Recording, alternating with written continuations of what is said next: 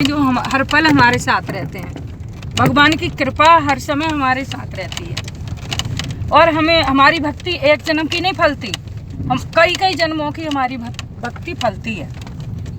जहाँ से भक्ति करते करते हमारा शरीर छूट जाता है और जहाँ से हमारी भक्ति छूट जाती है दूसरे जन्म में, जैसे अब किसी को देख के कुछ भी देख करके याद आ गई भक्ति और वहीं से भक्ति शुरू हो जाती है। वहीं से फिर भक्ति में लग जाते हैं और भजन कीर्तन सत्संग मिलने लग जाता है और तो विवेक हो जाता है।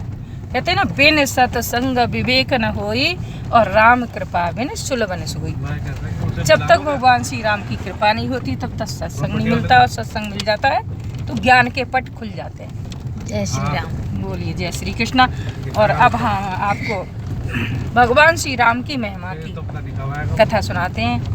भगवान श्री राम की महिमा का वर्णन करते हैं। बोलिए राजा रामचंद्र भगवान की जय। एक बार अर्जुन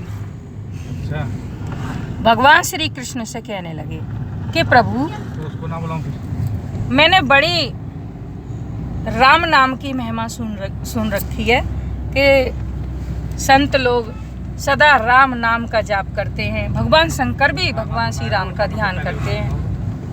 तो राम नाम में ऐसा क्या गुण है, क्या शक्ति है जो दुनिया भगवान श्री राम का नाम लेती है, जपती है? मैं ये शक्ति जानना चाहता हूँ। भगवान कहते हैं कि ठीक है, समय आने पर हम आपको सब बताएंगे और आप चलो भ्रमण करके आते हैं। देखो, राम ने तो कुछ को ही उतारा और राम के नाम ने तो अनेकों को उतार दिया। राम के नाम की बहुत बड़ी महिमा है, इसका वर्णन कोई कर नहीं सकता। भगवान श्री कृष्ण और अर्जुन भ्रमण करने के लिए निकले, जैसे कि आज हम भी भ्रमण करने निकले हैं। कुछ दूरी पे कुछ जंगल का एरिया आया और वहाँ एक सूखा पेड़ खड़ा था। देखा गया कि जो कौवा होता है ना, सूखे पेड़ पे ही घोंसला बनाता है। तो वहाँ पे कौवे का घोंसला था उसके पेड़ के ऊपर। तो भगवान श्री कृष्ण ने अर्जुन से कहा कि अर्जुन देखो, ये सूखा पेड़ है ना? कि हाँ प्रभु, सूखा पेड़ है। इस पे घोंसला भी है? कि हाँ घोंसला है। कि कौवे को घोंसला है ये? हाँ, कौवे का ही घोंसला है। तो इसमें अंडे भी हैं शायद? अर्जुन ने कहा हाँ, अंडे भी हैं। हाँ, आइडिया भी है। भगवान ने कहा कि तुम जाओ और अंडों के पास जाकर के कहना कि मैं राम के नाम की महिमा जानना चाहता हूँ कि राम के नाम में ऐसी क्या शक्ति है जो दुनिया राम का नाम जपती है। अर्जुन ने कहा प्रभु, कहाँ भेज रहे हो आप? कौवे का घोंसला, कौवा आ गए तो मुझे छोड़ेंगे नहीं। भगवान कहने लगे कि अभी कौवा यहाँ नहीं है, तुम जाओ और ये शब्द अंडों के पास जाकर के बोलो। अर्जुन ने कहा ठीक है प्रभु, और अर्जुन गए।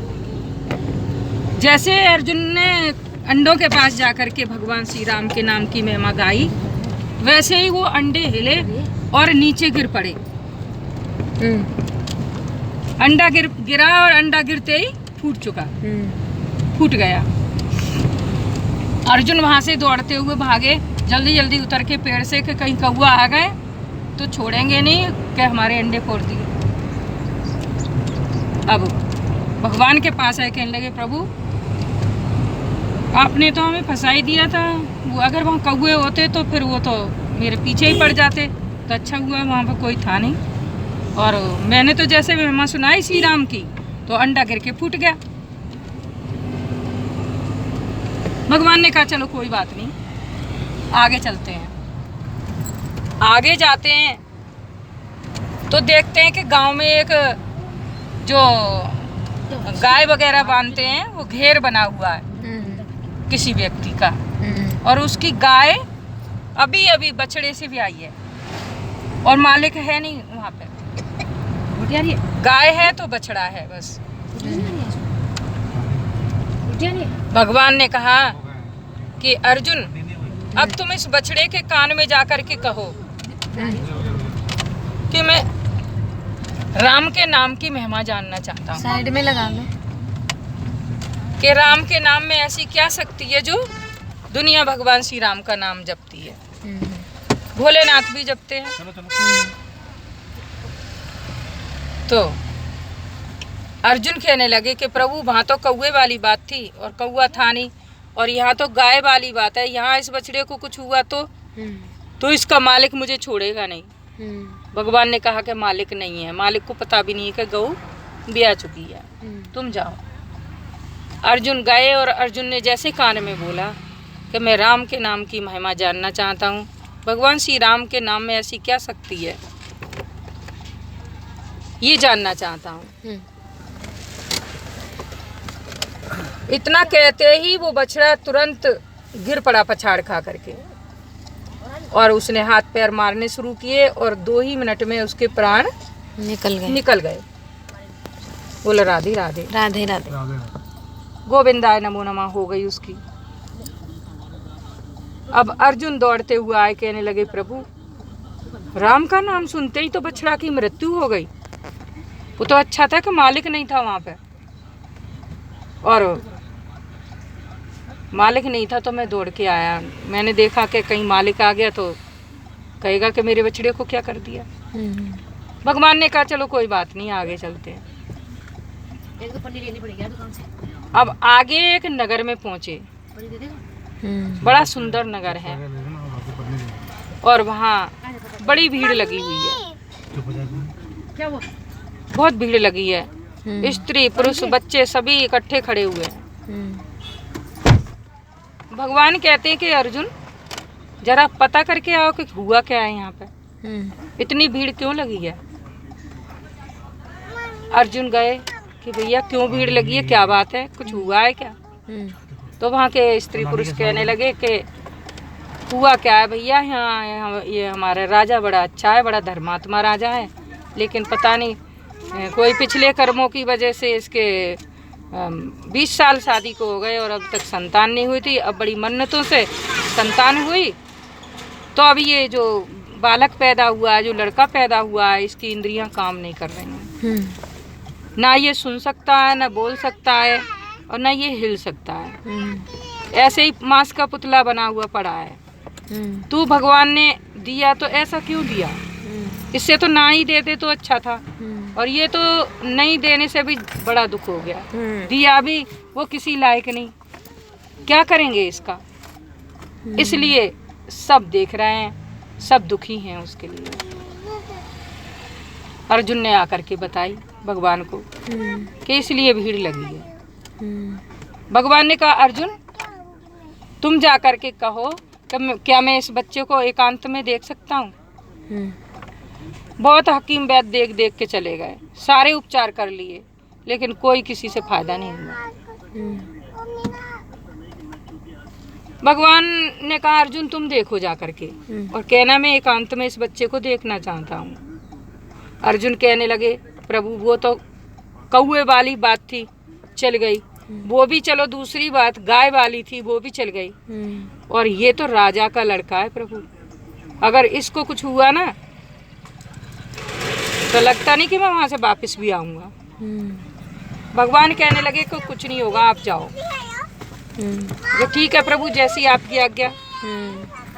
अर्जुन वहां पहुंचे वापस और कहने लगे क्या मैं इस बच्चे को एकांत में देख सकता हूँ। तो जो वहाँ भैया खड़े थे स्त्री पुरुष, सो कहने लगे कि देख लो भैया, देख लो, तुम भी देख लो। बहुत से वैद्य आए, वो देख के चले गए, डॉक्टर हकीम और जो झाड़ फूक करने वाले वो भी सब आए और देख देख कर चले गए, अपना अपना उपचार करके चले गए, कोई कुछ ना कर पाया। तुम भी देख लो भैया, क्या पता तुम्हारे ही हाथ का जस लग जाए।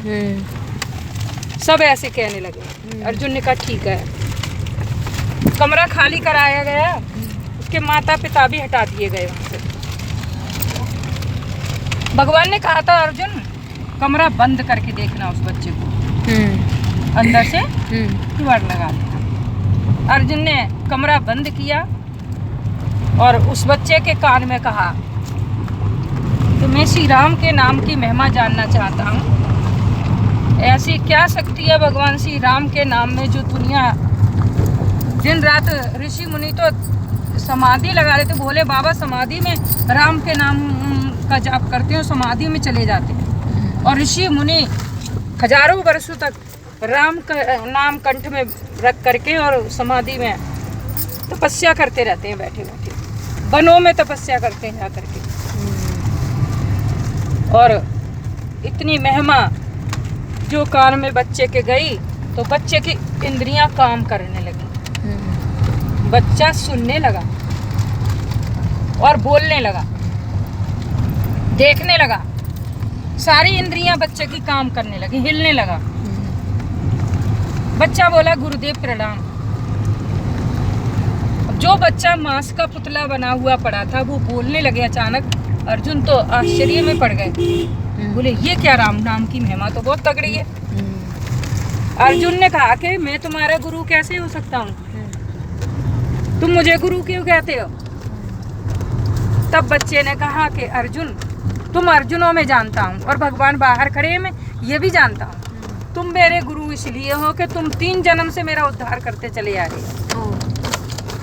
मैं सबसे प्रथम सबसे नीच योनि कौवे की होती है, नीच से नीच योनि कौवे की होती है, मैं उसी योनि में था। तो तुमने मुझे राम नाम की महिमा सुनाई और मेरा उद्धार उसी क्षण हो गया। उसके बाद मुझे उच्च योनि गौ के गर्भ में मिली, मैं बछड़े के रूप में आया और तुमने उस जन्म में भी मेरा उद्धार कर दिया। मेरे गुरु बने और मेरे कान में राम के नाम की महिमा सुनाई आप, और मेरा उसी समय उद्धार हो गया। और अब उससे उच्च योनि मनुष्य की योनि बहुत अच्छी होती है, बड़ी मुश्किल से मिलती है। अनेकों जन्म के 84 लाख योनि काट करके आते हैं, जब पुण्य और पाप बराबर होते हैं तब हमें मनुष्य का शरीर मिलता है भगवान का भजन करने के लिए। भगवान से हम वादा करके आते हैं, प्रभु हमें जन्म मिले तो हम आपका भजन करेंगे, लेकिन यहाँ आकर के हम सब भूल जाते हैं। सो अर्जुन, तुमने अब मुझे मनुष्य योनि प्राप्त हुई, और वो भी जो मुझे सत्संग मिला तुम्हारे मुख से, उस वजह से मेरा जन्म भी अच्छे कुल में हुआ, राजा के घर में मेरा जन्म हुआ। लेकिन मेरी इंद्रियां काम नहीं कर रही थी, क्योंकि मेरे कुछ पाप बाकी थे, मेरे कुछ पाप बचे हुए थे, इसलिए मेरी इंद्रियां काम नहीं कर रही थी। अब मेरे गुरु तुम बनकर फिर आ गए और फिर तुमने मेरे कान में राम के नाम का मंत्र दिया, और उससे भगवान राम की कृपा से आज मेरी सारी इंद्रियां काम कर रही हैं। आप मेरे गुरु 3 जन्म के हो, 3 जन्म के गुरु आप मेरे हो, इसलिए। और मैं जानता हूँ कि भगवान बाहर खड़े हैं। भगवान की कृपा बिना सत्संग नहीं मिलता, और भगवान की कृपा के बिना गुरु नहीं मिलते। भगवान ने आपको मेरा गुरु बना करके भेजा और मेरा 3 जन्म से उद्धार करवा करके, और अब पूर्ण रूप से मेरा उद्धार हो गया। और अब मैं निश्चय करता हूँ कि जीवन भर भगवान श्री राम का भजन करूँगा, भगवान श्री कृष्ण का भजन करूँगा और अपना जीवन सफल बनाऊँगा। बोलो राधे राधे। हरे राम राम राम हरे हरे, हरे कृष्णा कृष्णा कृष्णा हरे राम राम राम हरे हरे, हरे कृष्णा कृष्णा कृष्णा हरे हरे, हरे राम राम राम हरे हरे, हरे कृष्णा कृष्णा कृष्णा हरे हरे। तो हमेशा भगवान से प्रार्थना करना चाहिए कि हे प्रभु ऐसी कृपा करो कि हम आपको एक पल के लिए भी भूले नहीं, आपकी कृपा हमारे ऊपर सदा बनी रहे। बोलो राधे राधे। राधे राधे। जय श्री कृष्ण। जय श्री जय श्री